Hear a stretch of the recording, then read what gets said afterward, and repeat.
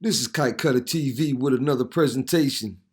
We gotta talk about this. Okay, guys, we're gonna be going on an exclusive ride along with Immigration and Customs Enforcement, or ICE, tracking down illegal aliens in the United States, but specifically in South Carolina. ICE doesn't technically do raids and would rather call them target enforcement operations. Ride along with ICE as they track, surveil, and arrest illegal immigrants that are on high priority lists. Left-wingers that want to abolish ICE and defund the police are in for a big surprise because even if Biden does get into office, a radical agenda like that would be a nail in the coffin for a Biden administration. We got more immigration stories with 2 Mexican nationals caught near the US-Canada border. Don't be surprised as it gets harder at our southern border for illegal aliens to cross over. More of these people will try and get to Canada to cross the US border there. Also, we got more DACA updates and migrant children in Border Patrol custody causing controversy. So let's get into it. Check this out. I mean, this first target that we're going after today, he's been deported before. Tonight, the first time a news crew has ever been allowed to film ICE operations here in the Lowcountry. ABC News 4's Ann Emerson rides along with federal ICE agents as they arrest criminal targets. This is an exclusive series you'll only see on ABC News 4. This morning, we're targeting 4 individuals that are priority cases for us with convictions ranging from driving under the influence up to cocaine trafficking. It's a cold, dark December morning. Field agents for ICE, Immigration and Customs Enforcement, get debriefed. We need to make sure that we're wearing PPE. They know these targets. What's the story of this guy? They've studied their movements. If target number 4 up in Goose Creek isn't moving, The team needs to move quickly. These men in the country illegally leave for work at dawn. He lives here, and then when he leaves, they see him in this area. all right, so you guys more than likely will see me peel off. We're in the car with ICE agents. They've been doing surveillance on a criminal target, and we'll be doing an arrest in just a few minutes. We're in the number 1 lane closest to the meeting. He's coming now. A traffic stop in Ravenel. Vamos a cerrar la puerta y vamos a bloquearlo. And 36-year-old Pastor Jaimes-Padilla off the street. This stuff happens very quickly. It's very fluid. What's your biggest concern right now? He's just wanting to make sure his wife knows that he's here with us. Pastor was deported 6 years ago after being sentenced for cocaine trafficking. He's returned from Mexico illegally. We have to prioritize our cases when we're out there. So he becomes a high priority target, basically. Yes. With roughly 400 ICE agents for South Carolina, North Carolina, and Georgia, Director Thomas Giles says all of ICE's targets must be high priority. We're not randomly pulling cars over, randomly knocking on doors. We don't do raids or sweeps or any of that other stuff. We have targeted enforcement operations. You can go down there and make a U-turn. Sun's coming up, and we're already on to our next target. We're told he's already on the move. Hey, this is the thought. If you guys have to make the arrest, go ahead and do it. This time the target makes an unexpected turn. Is this King Street? He's headed downtown, and he's not alone. There's the target right there. 18-year-old Adulio Lopez Jimenez is Guatemalan. Telefono en la oficina. He came here illegally with his father 3 years ago. In January, he was convicted of a DUI. We're here on King Street where they've just made 2 arrests. One of them was a target that they were looking for. The other one they were not expecting. Both of them will be headed to processing next. Jimenez was the target in the country illegally. The other man is considered collateral. But he's been deported twice.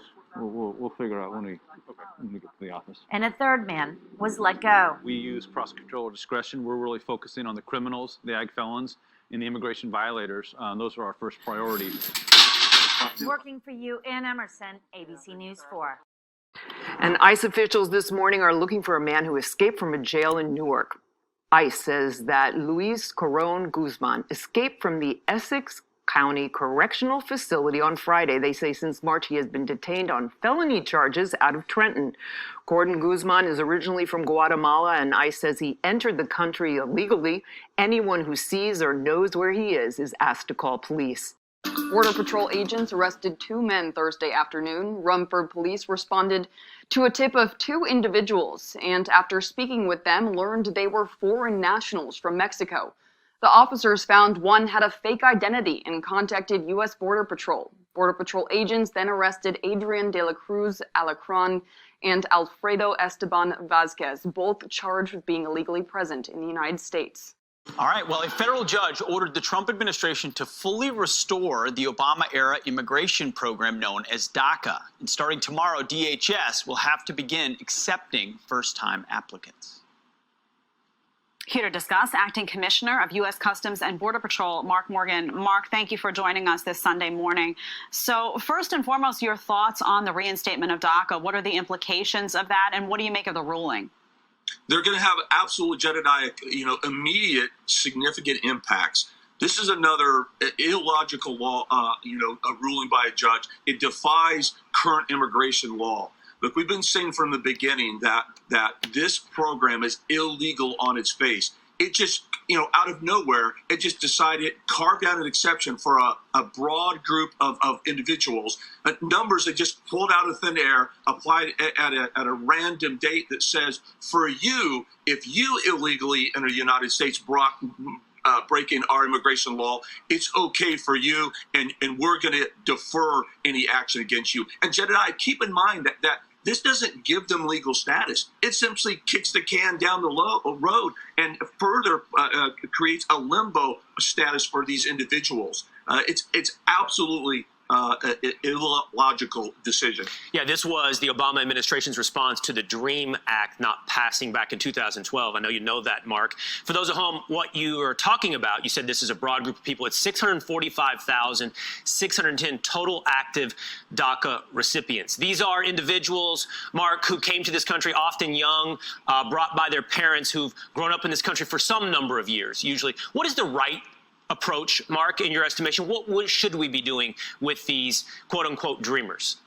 What I'll say is we're never going to address an immigration crisis as long as we reward and support illegal behavior. That's the bottom line. Look, this, again, and a lot of people don't like to hear this, this goes right back to the foot of Congress. They need to do something. They need to step up and take action. Again, with a ruling like this, with a program like this, all we're doing is absolutely rewarding illegal behavior, and then we're simply kicking the can down the road. Your listeners need to understand, DACA does not give these individuals legal status. It simply says you're going to remain in limbo while Congress fails to act. It absolutely goes back to Congress. Well, the Trump administration has not kicked the can on border security and has instead erected hundreds of miles of border wall. And now a court overnight has just approved the administration's using of $3.6 billion in military money for wall construction. Again, that was deemed controversial at the moment. The court says it's okay. What's your take?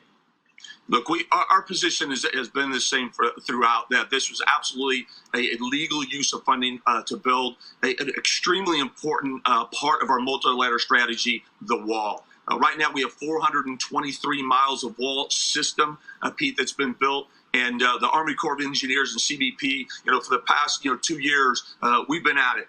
And as we've said all along, we were confident we're going to get 450 miles by the end of this year in strategic locations, and we're going to hit that mark.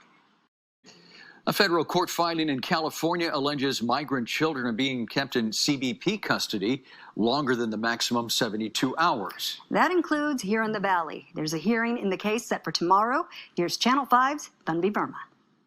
According to the filing, which was filed less than 2 weeks ago, not only were kids held for longer than 72 hours, but they were also unable to social distance and wash their hands with soap.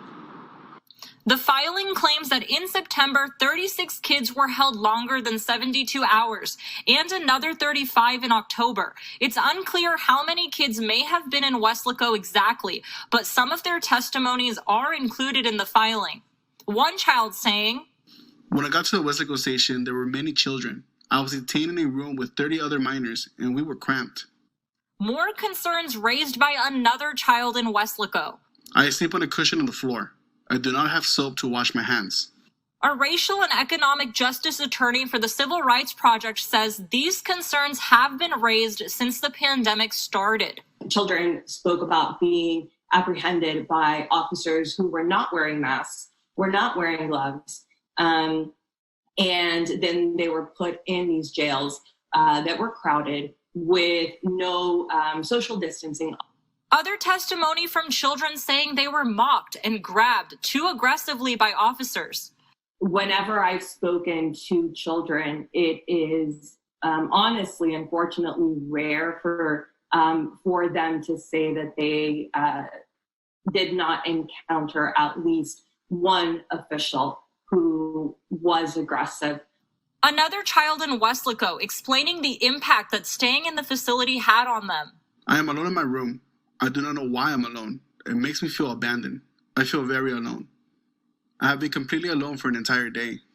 But Sister Norma Pimentel, who cares for migrant children with Catholic Charities, says even if the claims are true, she doesn't believe all agents act that way. My experience of Border Patrol and law enforcement at the border has been one that is good men and women. I'm certain that there are exceptions to that. We requested an interview with CBP, and they sent us a statement that reads in part, as a matter of policy, U.S. Customs and Border Protection does not comment on pending litigation. However, lack of comment should not be construed as agreement or stipulation with any of the allegations. The hearing is tomorrow. We'll let you know when we find out what's going on next. In Weslaco, Tanvi Verma, Channel 5 News. Thanks for watching. Like, share, and subscribe. Till next time, God bless. Peace.